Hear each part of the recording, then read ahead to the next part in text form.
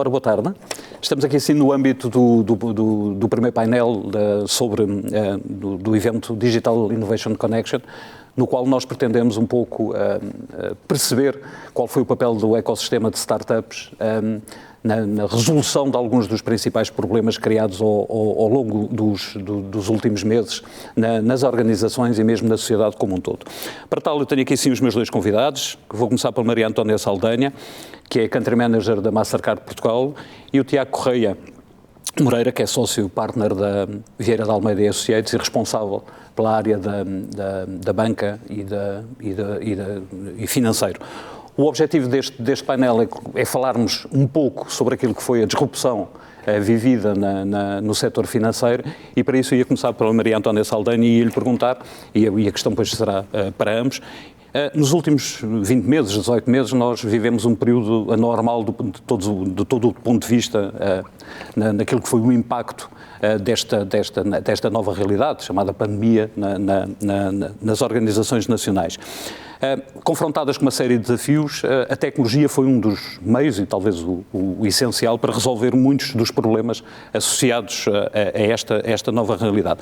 A questão que eu colocava era: como é que vocês assistiram nas vossas empresas a esta disrupção da sociedade e da economia, e como é que viram o papel que o ecossistema de startups nacionais teve na resposta a estes novos desafios, como sabemos que muitas delas participaram ativamente na resolução destes problemas? Obrigada e obrigada pela oportunidade de podermos falar novamente sobre estes temas. A pandemia, de facto, criou aqui um contexto muito diferente na sociedade. Um contexto em que as pessoas, de repente, foram para casa, portanto, logo aí as pessoas tiveram que viver todas as suas vidas dentro do seu espaço familiar, trabalhar, fazer o seu consumo regular, e as empresas tiveram que se adaptar a este novo contexto. No caso das grandes empresas, eu creio que não foi muito complicado, porque já tinham alguns recursos e processos montados que lhes permitiu, no fundo, esta novidade de vida.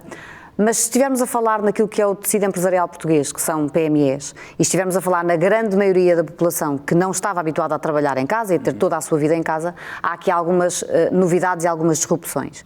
Para a Mastercard, a grande preocupação foi ter a certeza absoluta que conseguia continuar a oferecer os serviços ou a tecnologia que permitiam acompanhar estas novidades. Coisas muito simples. Se de repente os comerciantes passaram a adotar, e aqui vê-se de facto uma grande disrupção, a utilização massificada do contactless, garantir que esse sistema estava não só operacional, mas disponível para todos os comerciantes, independentemente do seu volume. Portanto, tínhamos comerciantes muito pequenos que não tinham aceitação contactless e passaram a ter, para exatamente poder servir o seu cliente com essa garantia e essa segurança, mas também, no fundo, dar aos utilizadores a confiança adicional necessária para que utilizassem esse sistema, que muitos deles até já tinham, porque o seu cartão já o permitia, mas não o tinham adotado.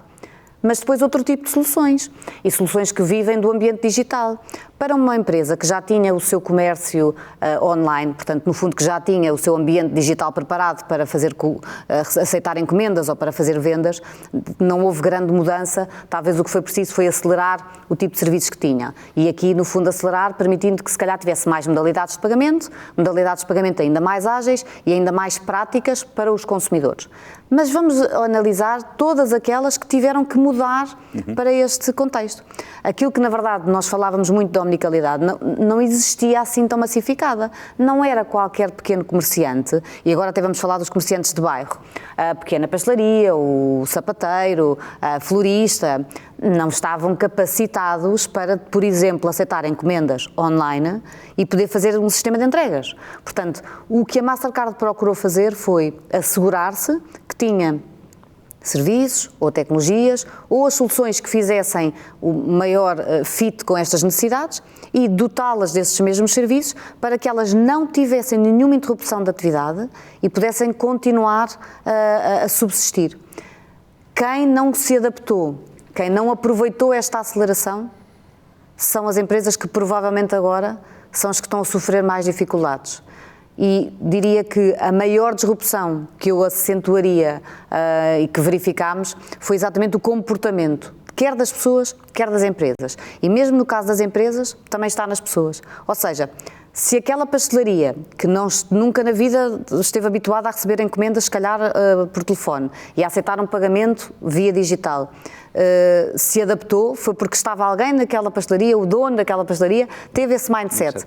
Portanto, o comportamento das pessoas, para mim, foi a maior disrupção observada na pandemia, e se formos ver, todos os grandes ciclos das sociedades e das economias partem de comportamentos das pessoas. Portanto, o comportamento das pessoas, para mim, foi aquilo que nós assistimos como a maior disrupção, a adoção de novos pagamentos, pessoas de todas as idades e de todos os perfis que passaram a ver como normal fazer as suas encomendas online, fazer as suas encomendas através de um ecrã de um computador, porque a nossa vida passou a ser muitas vezes gerida através de um ecrã de computador. Passar a mostrar o nosso afeto com os familiares através de um computador, quer porque eu faço uma chamada para os meus familiares queridos através do computador, mas porque eu depois, se calhar, quero mimá-los e então faço uma encomenda de um bolo que mando entregar, coisa que eu, se calhar, nunca teria me lembrado, porque eu fazia o bolo em casa e levava no almoço, porque eu quero mimar a minha família. Esta disrupção talvez tenha sido aquilo que eu marcaria como mais importante. As startups e as fintechs permitiram, com este novo contexto, acelerar a sua... Não era a sua resposta, elas já existiam, era acelerar a sua integração num sistema, ou seja, aquilo que por algumas empresas já era tradicional. No caso da Mastercard sempre trabalhámos com startups e fintechs, portanto para nós sempre foi um trabalho colaborativo e conjunto normal, mas permitir que entidades que até olhavam com alguma receio ou desconfiança, porque nunca tinham trabalhado com startups ou fintechs, de repente abraçarem estas startups e fintechs, porque elas são as que vão resolver os gaps que existem, porque elas rapidamente têm soluções, têm experiência de consumidor, têm tecnologia muito acelerada. Portanto, eu creio que foi uma oportunidade que se abriu para startups e fintechs, para as empresas mais ágeis, mas também acho muito interessante, e acho que aliás Portugal nisso é de louvar, a rapidez com que as PMEs também adotaram novos serviços e no fundo, se renovaram e se adaptaram a estes novos contextos. Perfeito.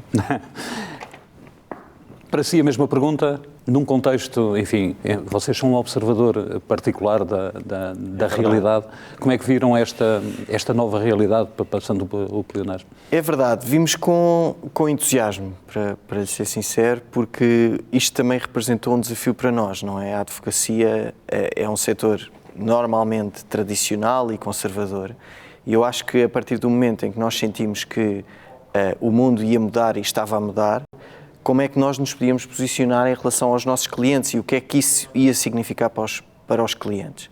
E, portanto, internamente, do ponto de vista digital e de transformação digital, era uma coisa que já é muito da nossa natureza e, portanto, os processos, a metodologia de trabalho, isto pode parecer estranho no advogado, mas já era, pelo menos na nossa casa, muito tecnológica e, portanto, o célebre tema do Teams, agora toda a gente trabalha em Teams, o Teams já existia, quer dizer, o Teams era uma ferramenta que já estava no Windows e que nós já usávamos, portanto, não houve aí internamente uma grande disrupção.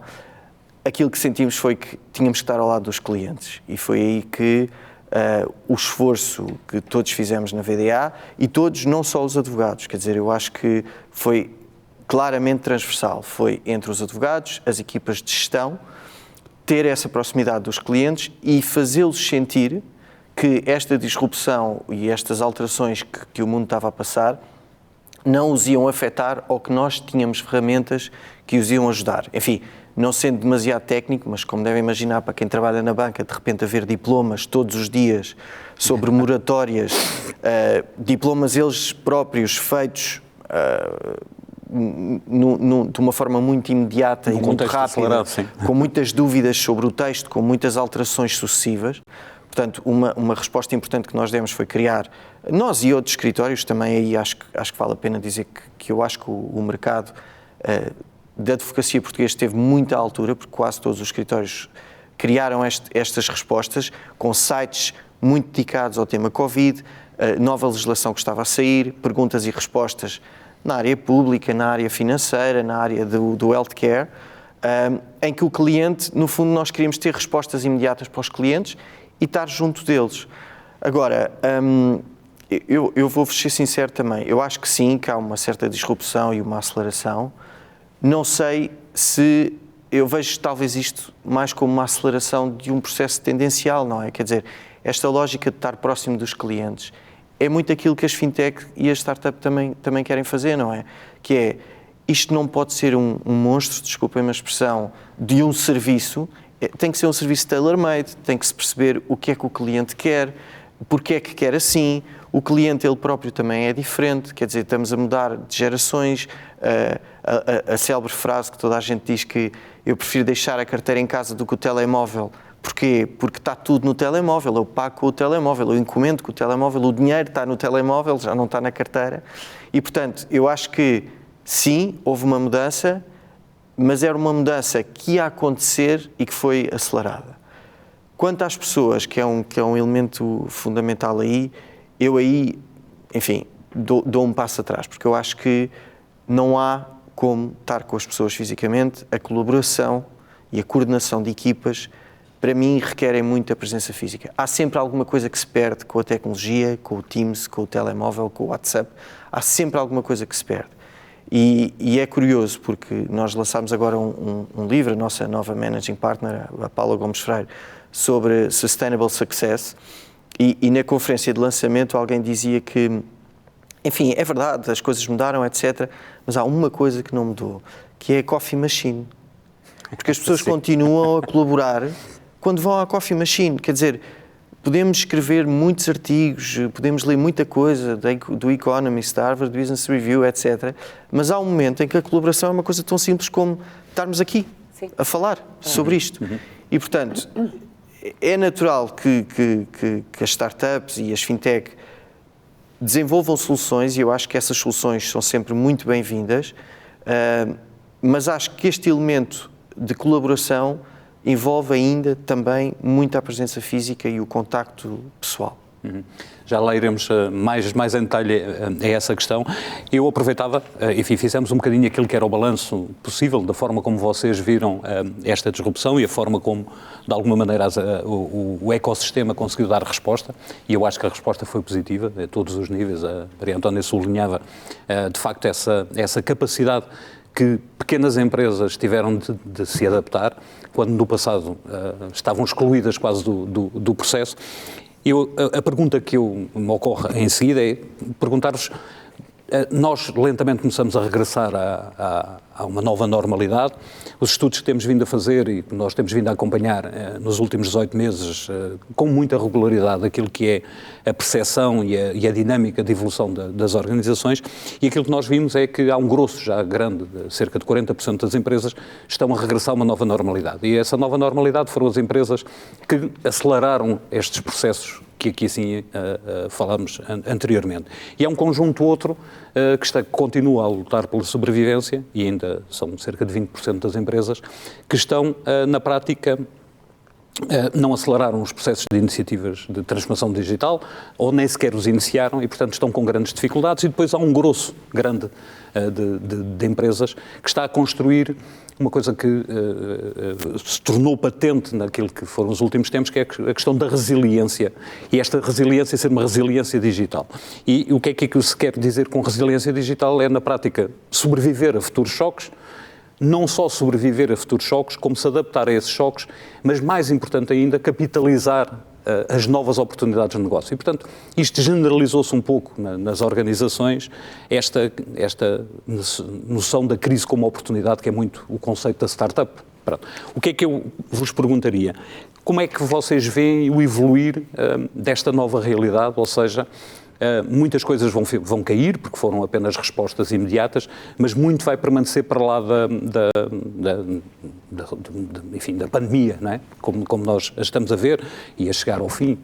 Será que está a chegar ao fim? Mas pronto, essa é outra conversa, não é para agora o caso, mas o que é que vocês veem que vai sobreviver desta resposta, e como é que, uma vez mais, o ecossistema de startups vai participar desta nova normalidade, ou vai assegurar, ou vai participar do desenvolvimento desta nova normalidade? Maria Antónia. Bom, eu diria que os nossos estudos também indicam que cerca de 20% a 30% de novos hábitos e novas tendências que foram aceleradas durante a pandemia se vão manter. Portanto, também nós estamos convencidos que muito do que se conquistou de inovação durante a pandemia não se vai perder, mas eu creio que, sobretudo, não se vai perder se tiver sido bem desenvolvido e bem criado. O que é que isto quer dizer? Tudo aquilo que foi criado ou constituído com uma base de dar uma boa experiência ao cliente, dar uma boa experiência ao consumidor, uma boa integração com os sistemas que as entidades já tiverem, ou seja, o que é que eu quero aqui referir? As entidades que não tinham nada fizeram de raiz e provavelmente até podem ter feito não com toda a consistência, portanto agora têm a oportunidade de consolidar e de rever que novidades é que incorporaram e perceber que não faz sentido abandonar e manter. Por exemplo, uma entidade que não tinha a sua loja online e passou a ter, ou uma entidade que não tinha um processo logístico de aceitar encomendas e de fazer entregas e que passou a ter e se calhar agora até pode limar esse processo. Mas também das grandes entidades. As startups e fintechs sempre existiram e sempre tentaram trabalhar e colaborar com as várias indústrias e com os players mais tradicionais, na verdade até com os incumbentes.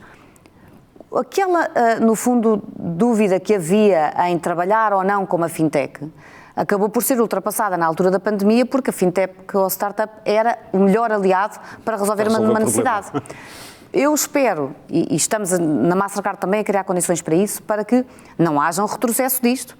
Se na verdade se ganhou confiança e os receios que existiam, a maior parte deles infundados, em começar uma relação com uma startup ou uma fintech, mas se isso foi acelerado com a pandemia, não faz sentido voltar aos processos anteriores e dizer não, agora vamos voltar aos processos anteriores ou due diligence elaboradíssimas ou super complicadas, não faz sentido.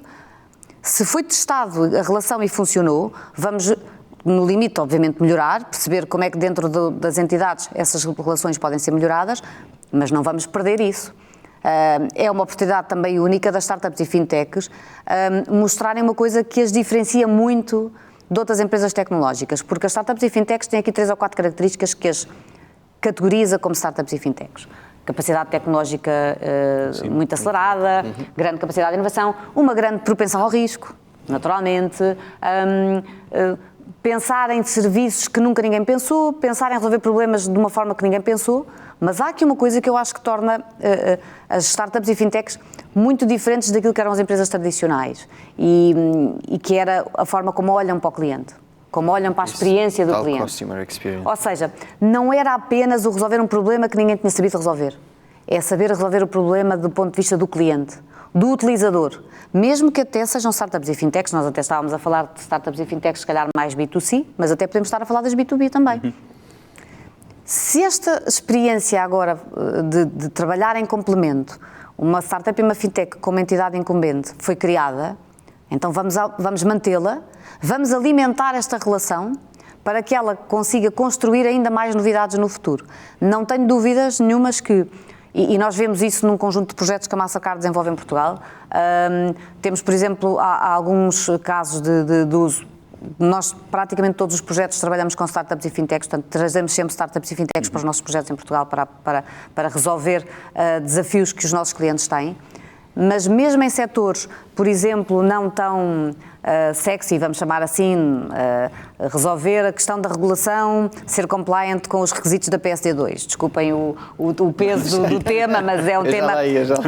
Mas é um tema que se tornou muito relevante numa altura em que, de repente, queríamos toda a gente no e-commerce, mas depois tínhamos uma regulação que obrigava a uma autenticação forte e vários métodos de autenticação. Por exemplo, uma das startups e uma das fintechs com as quais temos vindo a trabalhar e que já temos implementado em vários projetos em Portugal, é exatamente para ajudar neste tema da autenticação, para ajudar exatamente os emissores, no caso, a estarem em conformidade com a legislação, mas oferecendo uma experiência absolutamente incrível ao cliente, em que o cliente não tem mais um passo, não tem mais uma preocupação, não tem mais uma dor de cabeça de ter um SMS ou ter que ter uma autenticação complicada, porque funciona com biometria, portanto é um sistema extremamente avançado com inteligência artificial e com biometria e que permite que a experiência do consumidor é fantástica, no fundo, para o utilizador está garantido a segurança, para o emissor está a ser dado a confiança também da utilização do sistema e para os comerciantes o problema está resolvido porque não vai haver uma barreira à compra. Este é um caso em como, provavelmente, se não tivesse existido uma pandemia, nós não teríamos conseguido acelerar esta integração, mas porque houve a pandemia e era preciso obviamente também estar em conformidade com a legislação, podemos trazer uma fintech para o projeto e acelerar a experiência. Isto é das coisas que eu creio que não se vai perder e que se vai manter. É curioso porque, mais uma vez, em épocas de crise, se nota quem é resiliente e quem não é. As empresas mais abertas ao trabalho colaborativo, a trabalhar em conjunto, a aprender umas com as outras, vão ser naturalmente aquelas que vão sobreviver e que vão sobreviver até com muito sucesso. Porque vão encontrar novas modalidades de fazer negócio, vão se calhar captar novos clientes. Portanto, eu acho que é uma época que vai ser muito interessante para assistirmos na economia e quase que numa nova fase da sociedade como um todo. Eu ponho a mesma questão, introduzia só, enfim, uma pequena nuance. Falámos aqui muito da experiência do cliente, na resposta anterior já estava, digamos, a enunciar essa nova capacidade, essa nova não, mas essa capacidade como distintiva. Pergunto-lhe a mesma coisa, o que é que vai permanecer e do vosso ponto de vista também da experiência do cliente e da presença das startups, enfim, como é que vê esta nova normalidade? Eu até gostava de discordar da Maria Antónia para tornar isto assim mais animado. Mas eu vou ter que concordar, porque é verdade, quer dizer, nós já usámos aqui o termo de complementariedade e eu acho que isso é o segredo, não é? Eu não estou à espera que os bancos e os incumbentes de repente desapareçam, nem é suposto, mas estou à espera sim que eles consigam trabalhar em conjunto com as startups e com startups / fintechs no desenvolvimento dessas soluções. A Maria Antónia deu o exemplo, que é o mais clássico até, da autenticação e da identificação dos clientes, que é muito evidente do ponto de vista regulatório. Há um peso enorme nos temas da AML e de branqueamento de capitais, que faz sentido, mas de facto há um peso muito grande do legacy que os bancos têm, com os sistemas tecnológicos, etc. E depois, de repente, aparece uma startup com biometria ou com... Alguém me dizia, há um caso, enfim, sujeito ao sigilo necessário, em que eu fui com uma startup a um banco e o banco dizia, não, porque nós temos que recolher as cópias do BI, do cartão de cidadão, na agência. E coitados, e as pessoas da startup diziam, mas reparem, se eu chegar à agência com um passaporte falso, a pessoa que está no balcão vai se limitar a tirar uma fotocópia. Ela não vai ter noção nenhuma se aquele passaporte é verdadeiro ou falso. A nossa solução tem acesso a todas as bases de dados onde os passaportes estão. E, portanto, eu, em segundos, ele dizia que era milésimos, valido todos os passaportes. E, portanto, isto é o que se quer. Essa solução acabou por ser implementada, que é curioso, mas isto foi claramente uma complementariedade entre o banco e a startup. Eu acho que eles não têm que se separar, não têm que se destruir, têm que trabalhar em conjunto. Mais uma vez concordo em absoluto com a Maria Antónia nesta ideia de coordenação e de colaboração, e vão ser esses que vão prevalecer, claramente. Do ponto de vista da experiência do utilizador, enfim, eu acho que claramente a procura das soluções confortáveis, não é? Nós queremos soluções confortáveis. Eu quero estar no sofá e o meu cartão associado ao Spotify expirou e eu, com o Face ID, faço um upload do novo cartão, ponho esse cartão no Spotify e continuo a ouvir música. Já nem é preciso. Já nem é preciso. Ele automaticamente expira, já é automaticamente renovado para que a experiência seja o mais suave possível. É isso que eu quero. Não quero ter que ligar o computador para inserir os dados do cartão e pedir ao meu banco. Pronto. Isso são casos muito evidentes de experiência do utilizador, mas isto depois tem uma escala absolutamente desafiante, não é? Que é, se este utilizador individualmente considerado conseguimos expandir isto para todos os utilizadores e conseguir alargar isto em temas para os quais nós até somos bastante sensíveis na VDA, o tema da literacia financeira, não é? Dos países onde as coisas não são tão fáceis, onde não há agências bancárias e eu consigo, com as fintech, fazer chegar o dinheiro ao sítio certo e também ter a certeza que o dinheiro é bem usado e é bem aplicado. Enfim, isso leva-nos a outras discussões, mas é disto que estamos a falar, não é? Claro. É soluções e também há aqui um ponto que eu acho que para mim é muito sensível e é muito importante. Estas coisas da inteligência artificial e da tecnologia e da transformação digital, quer dizer, isto tem que ter um propósito humano. Sim. não é? Isto é para ajudar, não é para... Eu nunca vi nada destas transformações como a substituição do homem pela máquina. Pelo contrário, se calhar natureza demasiado positiva ou otimista do meu lado, mas espero manter-me assim para o resto da vida. Eu acho que a ideia é muito essa, é que a tecnologia seja usada para um bem comum, um propósito bom. E eu acho que, felizmente, com os devidos salvaguardas, eu acho que isso acontece. Acho efetivamente até que, mesmo nestas discussões que se vê agora muito nas bitcoins e nas criptoativos e nas criptomoedas, etc., nós temos agora o chamado MiCA Regulation, que é a União Europeia claramente a abraçar esta realidade e a, em vez de fechar os olhos ao tema, perceber isto está a acontecer, eu vou continuar a ter a mesma postura que é o princípio da neutralidade tecnológica. Quando eu comecei a trabalhar, alguém me dizia, tu não sabes como é que funciona o Google. Ninguém pergunta como é que funciona o Google. As pessoas usam o Google. Claro. Está lá, a tecnologia está lá. E aqui as bitcoins estão ali, as criptoativos estão ali e, no fundo, o que nós estamos a pensar, e é isso que o MiCA Regulation também faz, é, ok, a tecnologia existe. Como é que nós temos a certeza que o uso dessa tecnologia não põe em causa os princípios gerais de direito, a confiança dos consumidores, a proteção, os deveres de informação, etc, etc. Portanto, eu acho que, mais uma vez, voltando ao início, experiência do utilizador fundamental, claro, o conforto de poder usar serviços bancários e financeiros em casa e no sofá, não é? O maior exemplo de conforto. Isso vai perdurar. O que eu acho que vai também perdurar é esta lógica de a tecnologia ao serviço de, com a certeza de que, quando está ao serviço de, não põe em causa a proteção de quem a utiliza. Sim, a segurança, a proteção de dados, etc. Exatamente. Estamos mesmo a terminar, tenho pena, esta conversa daria para irmos muito mais. Peço a ambos um comentário final, 1 minuto, não mais do que isso, que é o que temos disponível. Maria Antónia, algo que tenha ficado por dizer, uma mensagem que... Nós falámos sobre isso, mas talvez só salientar que uma das coisas muito importantes que não se deve perder, que é o consumer choice. Ele já está salvaguardado na legislação, mas mais do que estar salvaguardado na legislação, que é, de facto, o consumidor deve ter o direito de escolher quando escolhe um serviço que quer comprar ou ao qual quer aceder, como é que o quer pagar. Seja porque escolheu um ativo digital como uma criptomoeda, seja porque escolheu uma modalidade de cartão, deve estar na mão do consumidor poder escolher.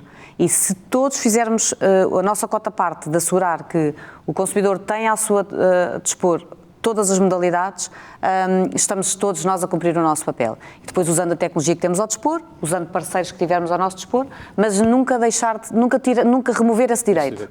E que foi um tema que o contactless, por exemplo, se não fosse a pandemia, provavelmente não se teria massificado. O utilizador que queria usar o contactless ou que queria usar, por exemplo, um telemóvel ou um relógio para pagar e não tinha a possibilidade de o fazer nos comerciantes e hoje passou a ter. Que não se perca este direito de todos nós, como consumidores e como clientes, escolhermos como é que queremos pagar e podermos exercer esse direito.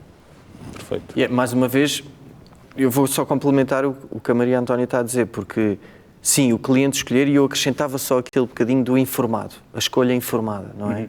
Eu acho que a legislação ajuda muito nisso e obriga a essa informação. Não estou seguro que o consumidor a leia, mas eu acho que continua a ser fundamental assegurar que qualquer escolha que ele faça está devidamente suportada com a informação necessária para ele escolher e com a informação certa. E que, se não estiver, que se consiga ter alguma accountability, não é? Alguma responsabilidade por quem não lhe prestou a informação ou por quem lhe prestou a informação errada. Porque isso é que vai criar a confiança, que é, eu sei que fiz esta escolha, e eu sei que esta escolha não está enviesada, ou eu não fui direcionado para ela, e que eu tive a oportunidade de o fazer de uma forma informada. Eu acho que a informação é fundamental. Eu acrescentaria, se calhar, também a possibilidade de remover o serviço quando deixar de o querer utilizar. Às vezes é difícil. Sim, mas lá está, se for dado o privilégio ao utilizador de gerir o que quer, isso está consagrado, não é? Eu acho que é importante porque, lá está, nunca nos podemos sobrepor aos nossos clientes e aos nossos consumidores. E é assim que a economia vive e que as sociedades se tornam dinâmicas. Portanto, eu acho que se conseguirmos manter isso também neste período pós-pandemia, eu acho que é muito importante. Resta-me agradecer a vossa presença. É sempre um prazer participar destas conversas. Espero que tenha sido esclarecedor para todos. Enfim, estas alterações que o mundo financeiro viveu, para mim foi certamente, fica a mensagem de otimismo de ambos os participantes, de que de facto a pandemia veio reforçar aquilo que eu acho que é a garantia das sociedades modernas, que é a capacidade de todos nós escolhermos, sejam serviços, produtos ou pessoas. E, portanto, acho que com essa mensagem ficamos bem. Até uma próxima oportunidade. Vamos nos vendo por aí. Obrigado. Obrigada.